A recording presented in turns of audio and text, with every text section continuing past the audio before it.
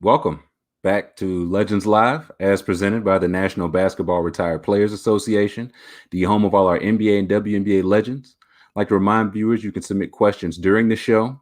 We will answer before we wrap up. And without any further ado, I'd like to welcome in today's guest. We have fellow former Kentucky Wildcat. He was a three-time All-Star with the Boston Celtics, as well as an NBA champion with the Miami Heat. You can catch him now analyzing the NBA on First Things First on FS1. We've got Antoine Walker. Antoine, thank you for joining us, man. Yeah, thank you for having me on the show. Oh, of course. First things first. How are you? How are you doing, man? I'm good, man. Can't complain. Just like everybody else in the world, trying to fight through this pandemic and hoping that everybody, my family and friends, stay safe. But things are good, alive and well and healthy, Mm, and talking basketball. So it's always good. exactly. Our cats aren't doing too well this year, so we'll talk about them a little bit later. I can't lead with that. I don't want to set the mood like that. But I did want to ask about something you had mentioned the other day on First Things First.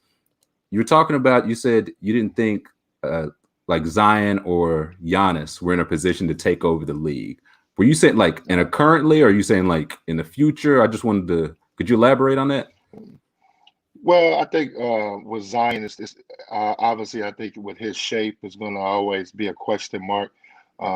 I've referenced that I want to see him take a LeBron James approach to his body.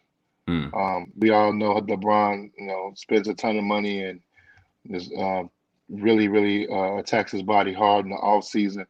And I think for Zion to be the face of this league and to get his full potential, he's going to have to do that, and he's having an unbelievable season. I played for mm, Stan Van Gundy in Miami in a short period of time, but I know how much of hard work and the pressure that Stan puts on you to be the best player you possibly can be, and it's showing right now because Zion is having, obviously an All-Star year. mm. But I believe that jury's still out when it comes to when you talk about being the face of this league Yeah. year in and year out. Giannis obviously is a different story, and people be like, "Wow, he's won two MVPs." Mm, But I don't think if his game doesn't get any better, and I know it's hard to say how does his game get any better. He's got some holes in his game that shows up in the playoffs when you get into a 7 game series, right. when the games get a little tighter. Um, his lack of ability to shoot the three, having the mid range game, and it really shows up. And then obviously he struggles from the free throw line at times, which is Yeah. not the end of the world. LeBron James struggled at times from the free throw line. It happens, but I just don't think when you're talking about the face of the league, you got to win and be in contention to win championships. And they, I don't see that right now. Obviously, New Orleans is starting to try to become a playoff team on a Mm, consistent basis. And Giannis and them right now are favorites, and a lot of people got them to get to the finals. So in order for them to get over that hump, I think he has to improve. So and as a whole, just me just want to say this real quickly is that mm, I think it's probably LeBron, KD, and maybe Steph Curry.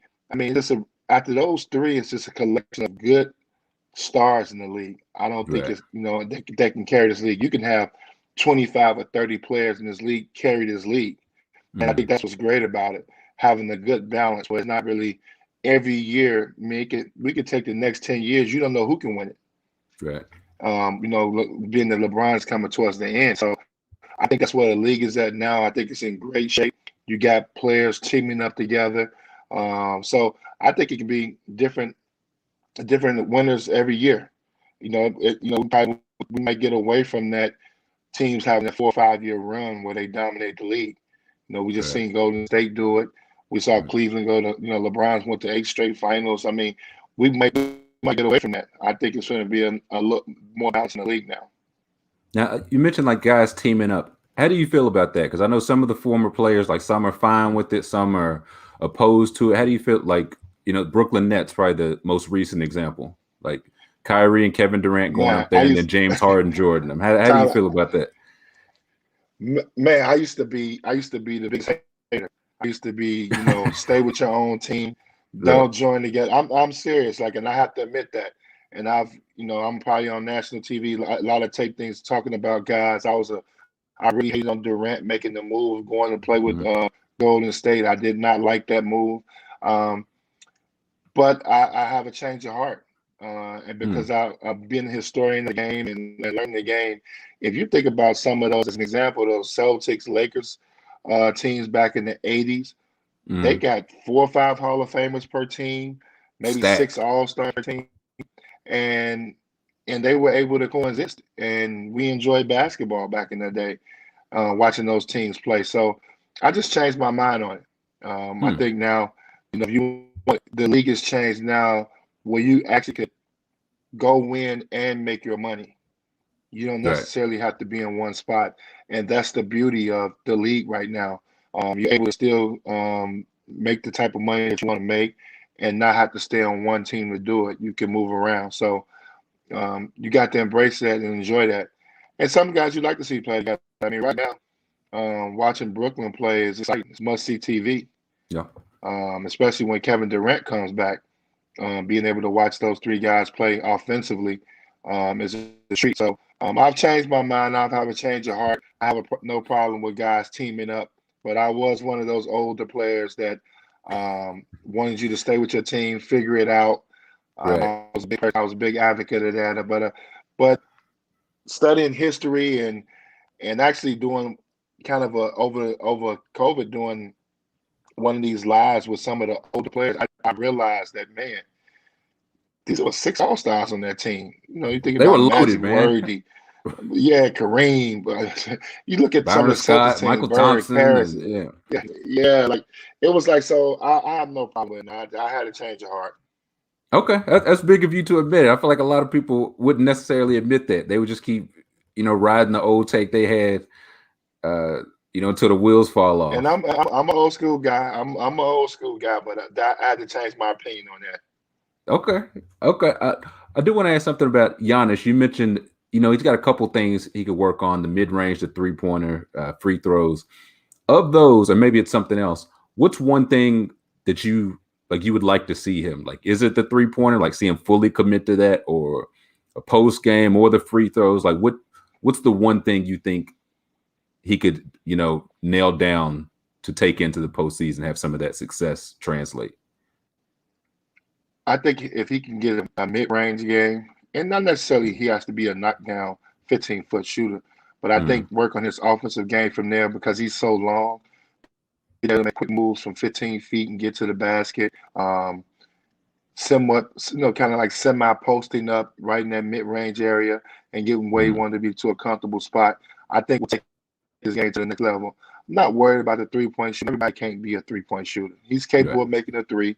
He's had games where he's made it from where he's in the beginning of his career to now. He's became a much better three-point shooter. Mm, I'm not really worried about his free throws, because free throws are more mental. I wasn't a great free throw shooter when I played, uh, and it's mental. It becomes a mm, mental thing. Just find a routine and stay with. You just want to make them when they count. right. You know what I mean? At the end of the Right. day, if I can make my free throws when they count, you can overcome that. But everything else, I think, is fine. He's one of the best two-way players we got defensively.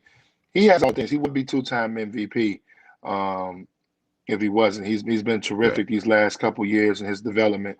I just think to get over the hump and to get to the finals and to win Mm, the NBA title and to be the face of this league, um, he's going to have to improve on those things because mm, Milwaukee's not a free agent spot. We just had a conversation about players teaming up and him. It's mm, going to be tough for him to get a start in Milwaukee. It's right. just not a destination for free agents. So you got to get it done, and they've done a terrific job of putting pieces around him right now. And I would love to see him take full advantage of that. Mm. And you mentioned earlier, like, it's 2025, a number of young guys who have that, I guess, potential to get there, be face of the league. Who are some of those Mhm. guys that you like? Like, we talked Giannis and Zion, but who are some of the other young cats you like to watch play? Oh wow, let's Luca. Let's start with Mm, Luca Doncic first. He's going to be a terrific player in this league. I love Bradley Beal and what he's doing right now mm, for Washington, and coming out his shell, breakout shell. Obviously, you got the Kawhi Leonard. mm, Kawhi Leonard is still up there. I think you still got some good basketball left in Kyrie Irving. mm, He potential wise, he can be one of the top point guards to ever play this game if he stays on the court and stays healthy. Um, Obviously, Zion. You mentioned Zion can be really good. He's another guy out there. I love John Morant. Mm-hmm. He can be special. Obviously, Dame Lillard, who's never really got his just due in the league, is another guy. And then I like our big man. You got to appreciate what the Joker's doing right now Yeah, in Denver, and Joel Embiid probably is the leading candidate for MVP right now. And definitely. then Anthony Davis when he comes back. So you got a collection of players that are neck to neck and that can carry this league. The thing is, you want to be able to turn on the TV or put your NBA package on and enjoy the game. Right. And I think we're at that point now because we're starting to get 2 or 3 superstars per team where you can actually go out and enjoy a game. And the Mm-hmm. league has sometimes not been in that space. And even with some of our bad teams, I mean, look at Atlanta, not saying they're bad, but Trae Young. Right. You look at Sacramento and De'Aaron Fox, Mm-hmm. and you got some guys that are teams that are trying to rebuild in situations, but they got some young stars that can be really, really good and maybe could be future Hall of Famers in this league. So the league's in a good position with young, good basketball talent. Is there anybody you watch now that you think like reminds you of yourself? Like you watch them, and it's like, oh man, I could see myself doing some of those moves. Anybody that comes to mind there? I like Ben Simmons. What I Okay. mean? That point forward, obviously, we all know I shot a ton of threes. He don't shoot the three at all, but skill set wise, as far as handling the basketball, pushing, making plays for others. Um, a Draymond Green, Hmm. kind of reminds Kind me of of do myself, it all. another guy that pushes it, do it all type of guy.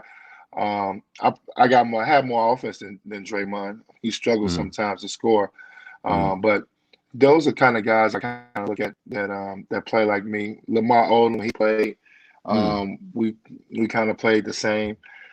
But I got criticized and crucified back when I played for the threes I shot, and now every team is shooting 40, 50 threes a game. So it's different to see the how the game is transitioned into the 3-point line. As before my time, man. I could have made 300 million in this time now. I was gonna say I like to ask the retired guys, the legends, how they feel about the 3-point line. Some are in favor of it. Some is like they overdo it. Do I even need to ask you? I feel like you would definitely cook now with the trend toward taking more Yeah. 3-pointers, right? Yeah, I mean, I like it. I think it's put a lot of pressure on bigs to think that they need to extend their game because Mm. so many teams have had success playing small ball now over the last few years. So we took the traditional center out the game, but Right. I like it. I think the skill set it shows the skill set of guys much higher. You got to blame Steph Curry for that. Kind of that Golden State team I can that point the finger, Steph. I'm you fine know, with that. yeah. I mean, all young kids want to shoot the three off the dribble and with range. So that it comes from that, but I have no problem with it. I think it's a bit extreme because you got Right. some teams that are shooting 40 and 50 threes without great 3-point shooters. And then Right. you get a situation like the other night, the Denver Nuggets get on a 3-on-1 break to tie the game and you pull up for a Yeah. three. You Yeah. know what I That's mean? tough. So you get one of those situations. So it's I understand where it can be a little of that, but the game has changed. It's pick and roll. It's a point guard league, and you got to be able to knock down a jump shot. Mm-hmm. And that's where the game is at right now. I know we're about at the AllStar break, about at the halfway point of the season. If you had to pick now, who do you think makes the conference finals on each side? Like who you got making it in the East and the West conference finals matchups? Um, it's tough because you want to. I like to have the Lakers win, repeating again this year. Mm. They made some good moves in the off season, and you know, um, if healthy, I got the conference final. I got the Lakers.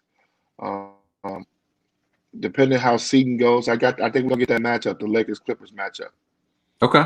I think we're gonna get that. I think we're gonna get that matchup in the West. Um, and somehow, hopefully, record-wise, I think we're gonna see Milwaukee and Mm. Brooklyn playing to get to the finals. Mm. So no, I'm you not know the not people. complete. I know I'm not Philly. I know you want to go. I was Yeah, gonna say Philly and Utah. You know they're gonna yell at you. yeah.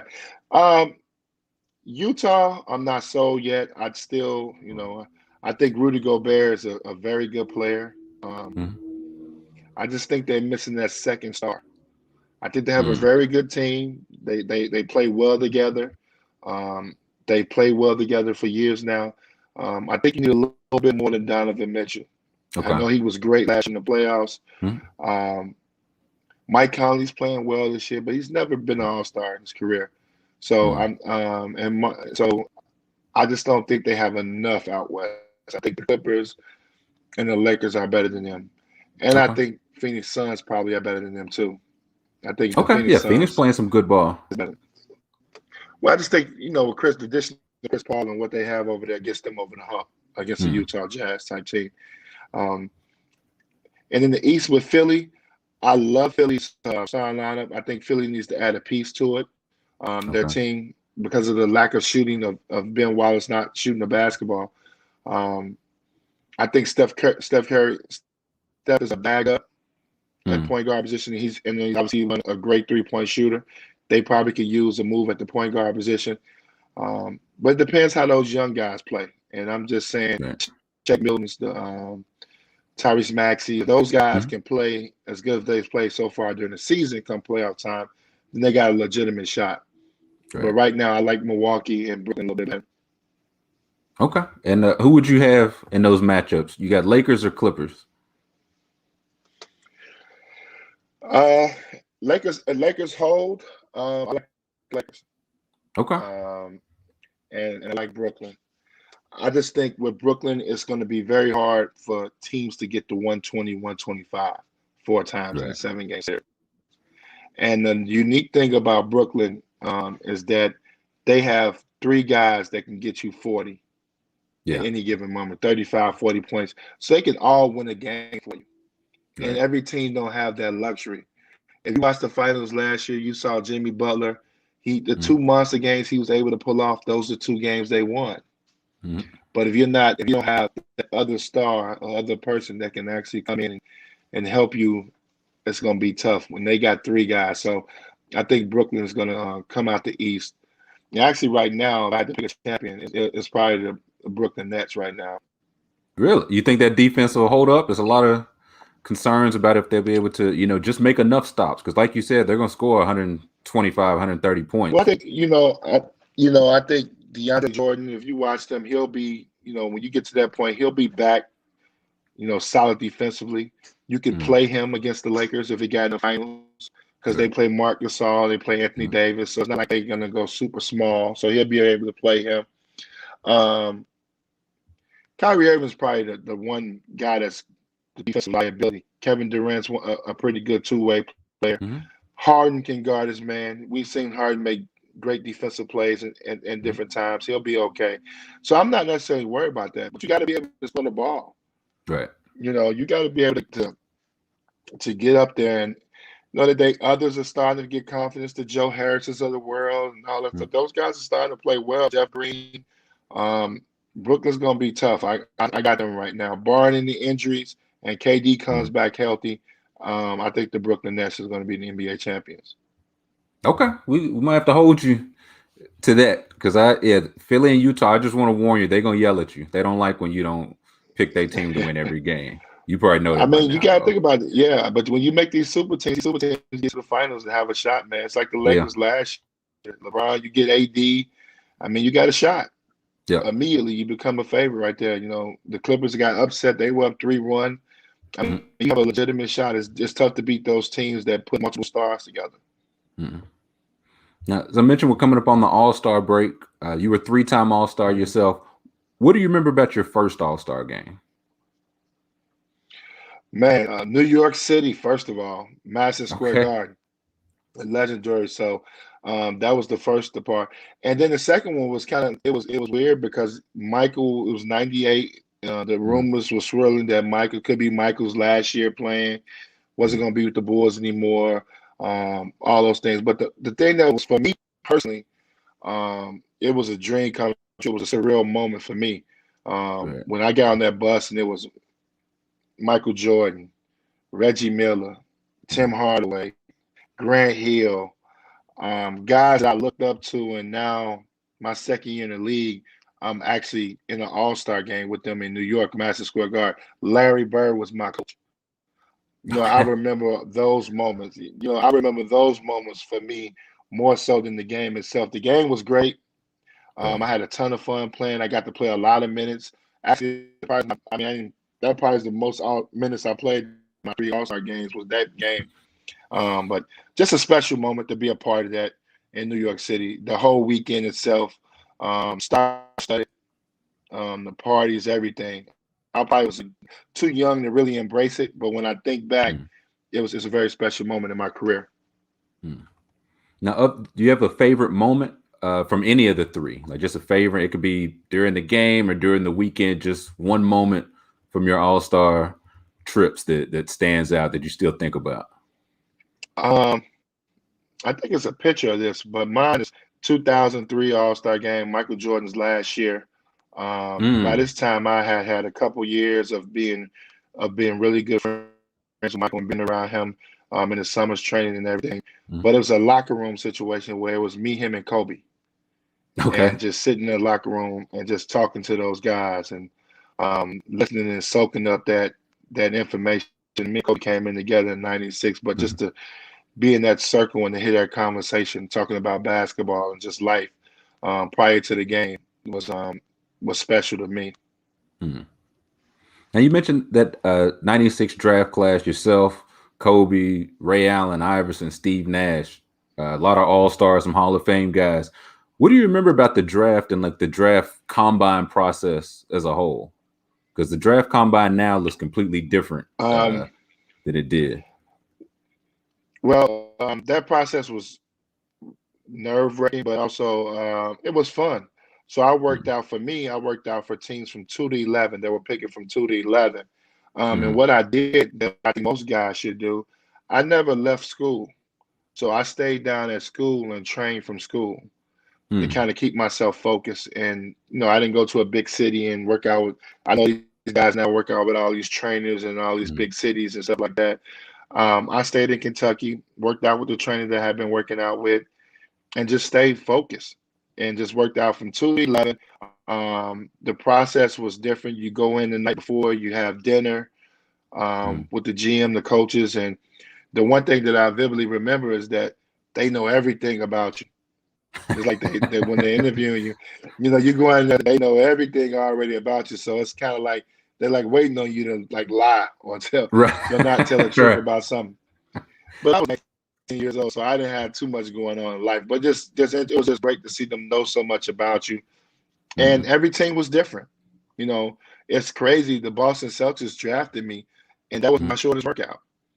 I Really? literally came in and did a 30-minute session, and they was like, "Hey, they brought me into a room, and it was Red Auerbach, ML Carr. ML Carr Mm, was the head coach at the time. So mm, I'm getting interviewed by ML Carr, Dennis Johnson, Casey mm. Jones, Larry Bird, Kevin McHale was around the team then, Tommy Heinsohn, JoJo White, Cedric Maxwell was on radio. So this like for All me as a timers. basketball junkie kid, yeah. So they all were there in this workout, but it was the shortest workout. So I guess they just wanted to see a few things, and they saw what they needed to see, and, Mm, and that was it.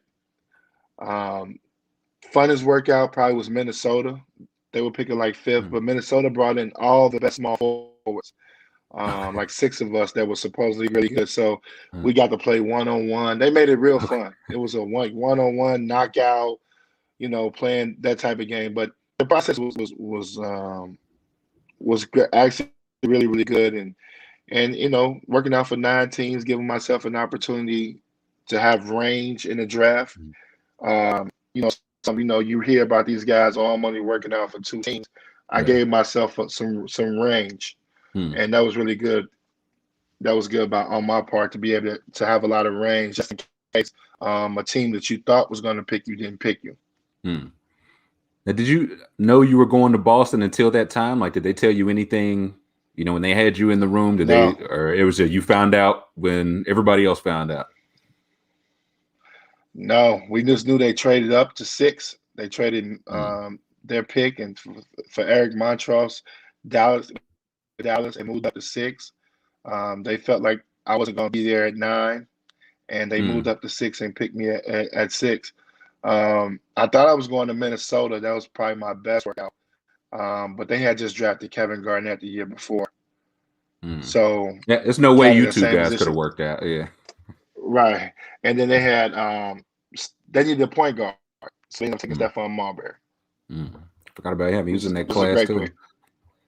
Yes. So I feel like you're biased, but is that the best draft class of all time? Like we hear about the 84, 96, 03, couple more, but for your money, Um, is that the best I class? think I think the 96 class from top to bottom is the best class. If you go through it and really look at it, and I'm even talking about second round picks, guys that were impactful in the league and Hmm. impactful on teams, um, it's the best class. Obviously 03 is strong, but it's top Hmm. heavy Right. when you come to that. And then, 84, I know people talk about 84 to Jordan, and I think Elijah won those guys Hmm. class. But I think top to bottom, 96 was the best draft class. Hmm. Now I mentioned it earlier, but I feel like we got to talk about it. What happened with our Wildcats this year, man? You know what?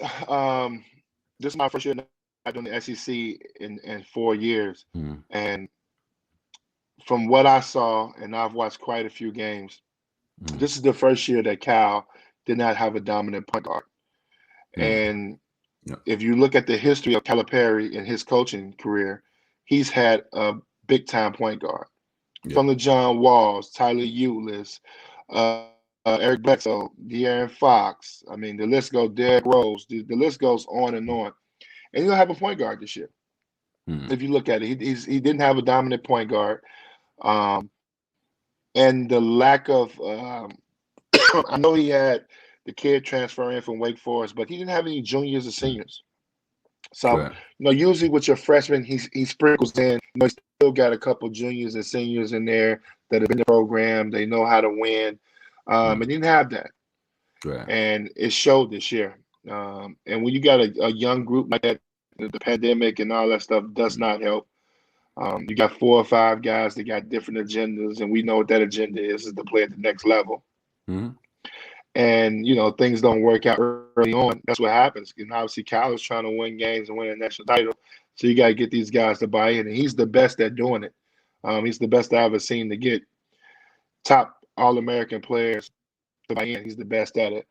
mm, But they got to go back to the drawing board. These guys are going to want to come out.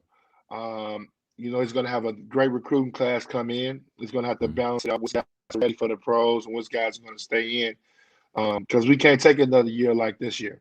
No. I don't know. We lost to Ole Miss the other night. I almost threw up watching us lose to Ole Miss. So, and it's bad because the SEC's down. Yeah. The SEC over the last couple of years have had, 7, 8 teams in the tournament. They'll Mm, be lucky to get 3 this year. right. Um, so it's a different year. So I mean, you can't be great every year. You can always stumble a little bit. So, but the best thing about Kentucky basketball, and people understand that, we got some more talent coming in next year. We'll be at the top of the recruiting class in the country. Um, Hopefully, these guys make smart decisions on Mm, their future. And then though a couple of those guys come back, we should have a great team next year. mm. What would you tell some of those young guys? Like you mentioned, some of them will be back next year. Some of them do have an eye on the NBA. What would you tell them as far as like, how do you know when it's time? Like, how did you know when it was your time to go pro? I think one, you got to realize, where you're at. I think one, if just getting drafted is okay for you. I mean, you probably could get drafted coming out of the University of Kentucky. But if you want to be a first round pick and be impactful and play, you got to make the right decision because it's making it to the league. And you saw this in years past. It's guys that have been lottery picks we forgot about right now that Hmm. had to play 3 years to only play on their first NBA contract, Right. and you never see them again. And you don't want to Right. be that guy. You want to be a guy that gets a full development. And it's just a weird time right now, man. It's hard Yeah. to get real evaluation of yourself to see if you're ready. Um, Hopefully we work our way out of this and we get back to some regularity in life where guys can actually get worked out for teams, see where they really at, work on their body, have access to the gym 24/7. I mean, we just lost so much of that. It's Yeah. hard as a player to make these decisions. So Hopefully, guys are doing that. I know I got friends that coach in college, and they had this problem over the last year. Is just trying to convince guys that look, you're not going to get proper look by NBA teams. Just stick around one more year, Right. and it's paid off for a lot of those guys sticking around. So, um, I feel like everybody's situation is different off the court. Sometimes you got guys that want to do things for their family. Sometimes guys make mistakes and have kids at a young age. So it's a lot of things that factor into why guys go pro, besides the ultimate of wanting to play at the highest profession. But it's always a tough decision, Right. and that's a decision that should be made with your loved ones and your college coach, because he's the guy that's going to get on the phone and beat the phones and talk to the GMs and the scouts, and you got to make sure that you have him in your corner. Definitely. Actually, one more question, then we'll jump to some viewer questions we have here. You're a Chicago guy.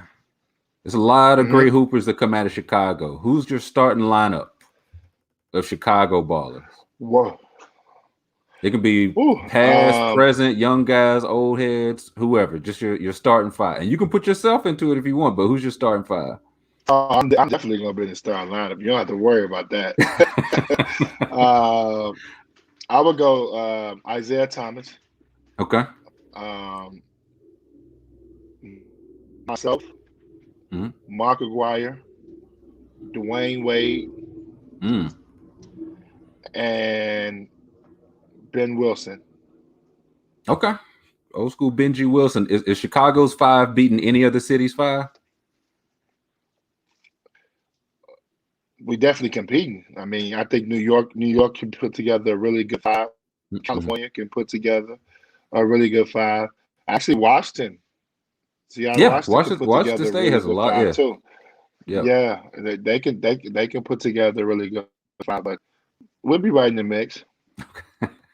I thought you might say that. Let's jump to some viewer questions. I think we got some queued up here. See, our first one from Yorobi. Yorobi says, if the NBA free agent landscape was how it is now, back when Twan played, what two players would you have most wanted to team up with? So if you're creating your super team. Wow, that's a great question. I would have loved to play with Jason Kidd. I thought Jason was amazing at the point guard position. Lost to him 2 years back to back trying to get to the finals. So Jason Kidd would be top on that list of guys I would like to play with. And then I would have loved to play with like another power forward, probably with similar skill sets, like a Chris Webber. Okay. Would have been really nice, like a Chris Webber. Yeah, I think we could have offset each other, play with somebody like that. Or Kevin Garnett. I love Kevin Garnett's energy. I know you talked about it, but I love Kevin Garnett's energy and his approach to the game. That's pretty good. Pretty good super team there. Next question. We've got one from Vin Megatron 1. Says, I feel like Twan's game would translate well to today's NBA. I wonder which team you'd want to play on. Like if you're playing now, which team you think you could contribute most with? I would love to play for Golden State. Golden State would be the ideal team for me to play for. Shooters, I can handle. They ball movement. Shoot the three. The ball movement, that's up my alley. But I was people that know the game and know the type of player that I was. Being able to, I like to pass first. Even though I shot the basketball, I love to pass first and make plays for other people. And playing with those type of shooters, with my ball handling ability and my skill set would have been perfect for me. So Golden State would be the perfect and ideal team that I would love to play for. Next question we got from Connor. Connor says, Antoine, did you have any particular plays or moments that stood out in your career? I mean, you always remember the game you had the most points in. So 98, I think in my career I was like 49 against Washington. That game always sticks out in my head. And the moment is win the NBA title with the Miami Heat. I mean, win the NBA title. I mean, not only just winning it, the team that I was on, to play Right. with the collection of players that I played with, to play with Gary Payton, Alonzo Mourning, D-Wade, Shaq, Posey, Jay Will, Udonis, just to be a part of that team and be with those guys and play for the great Pat Riley. So that's one of the moments that I was excited in my career. Hmm. Let's see. At our next question from Keith Kloss. Keith says, "Who is your favorite teammate or teammates?" My favorite teammate is Paul, Okay. and we played together, 7.5 years, and me and Paul were great because we was able to, go at each other all the time and push each other to be the best. Um, got to the Eastern Conference Finals, was not able to get over the hump, but just that whole process of getting the Celtics to be back a playoff team and putting Right. the Celtics back on the map, and that thing that was some great moments that we shared together. And we Hmm. also had a great relationship off the court. Hmm. Let's see. I got that Cliff. He says, "Who wins 2-on-2?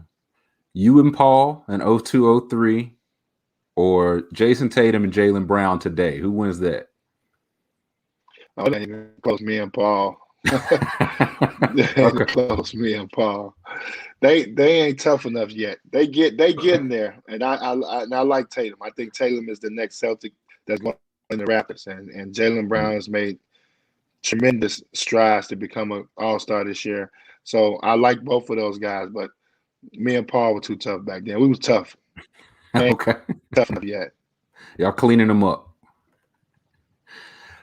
Yeah. I think that's our last viewer question. We've got one more question we'd like to ask all our legends before we let you go. We're getting together our season 2 of our playlist. So, what are you listening to these days? If you're around the house, driving around, out and about, could be old school, new school, whatever you got. Give us a song or two. What are you listening to? Now I'm a balanced guy. I'm an old school guy, so I'm more of Okay. a Luther Vandross, Teddy Pendergrass, Okay. Freddie Jackson, Jeffrey That Osborne. I'm R&B. more That's more my speed. Yeah, that's more Okay. my speed on a daily basis. But I'm a huge Jay-Z guy, so Hmm. I've been playing that Jay-Z and Nipsey Hussle song lately. Mm. Mm. Um, Off the soundtrack of the movie Judah. I think it's Judah, Yeah, the movie. Judas and the Black Messiah. Yep. Yeah, so I've been listening to that. But I keep up. I mean, I got a 26-year-old and 22-year-old, so I keep up what's going on, what's current. Got They keep to. me abreast. But yeah, but I'm an old school guy. Okay, we throw the Jay-Z and Nip on there, and we might throw an old Teddy P or two song on there. Yeah. Look, man, something like that. That's me. Okay, we can definitely make that happen. Antoine Walker, thank you so much for joining us, man. Man, thank you so much for having me, man. I appreciate it. Oh, of course. We'll talk to you soon. All right. Right, couple quick notes before we wrap up. As you know, it's All-Star Weekend this Saturday night. If you head over to Instagram, got the NBA Alumni's Player Party going on. We got legend Cedric Ceballos. He'll be in the DJ booth. And I'm almost certain it's the only place you're going to catch a former All-Star and Slam Dunk Contest champ DJing over the All-Star Weekend. Now, for the game itself on Sunday, I will be live tweeting the game straight from the Legends Lounge handle. So be sure to follow along on Twitter at NBA Legends Lounge. You can see it there on the screen. NBA Legends Lounge. Go ahead and give that a follow. And for those of you that may have an extra dollar or two for the kids, we've got the Legends All-Star auction. It's currently going on. It is live until Monday, and you'll be able to bid on an autographed jersey from any of the former All-Stars we have listed. Got Bill Bradley, Bill Walton, Horace Grant, Magic Johnson, and Wes Unseld. And you can see 32auctions.com/Legends All-Star Auction. That'll do it for this week's Legends Live. As you know, we've got new episodes live every Thursday at 5 p.m., 5 p.m. Eastern, 4 p.m. Central, on the NBA Alumni's Twitter, Facebook, YouTube, and Twitch. I'd like to remind viewers you can catch replays of any episode at legendsofbasketball.com/Legends Live. And you can catch the audio replay to our conversations by searching Legends Live wherever you get your podcasts. I'd like to give a big thank you to Antoine Walker for joining us, to Bridget and Julio behind the scenes, and we'll see you next Thursday.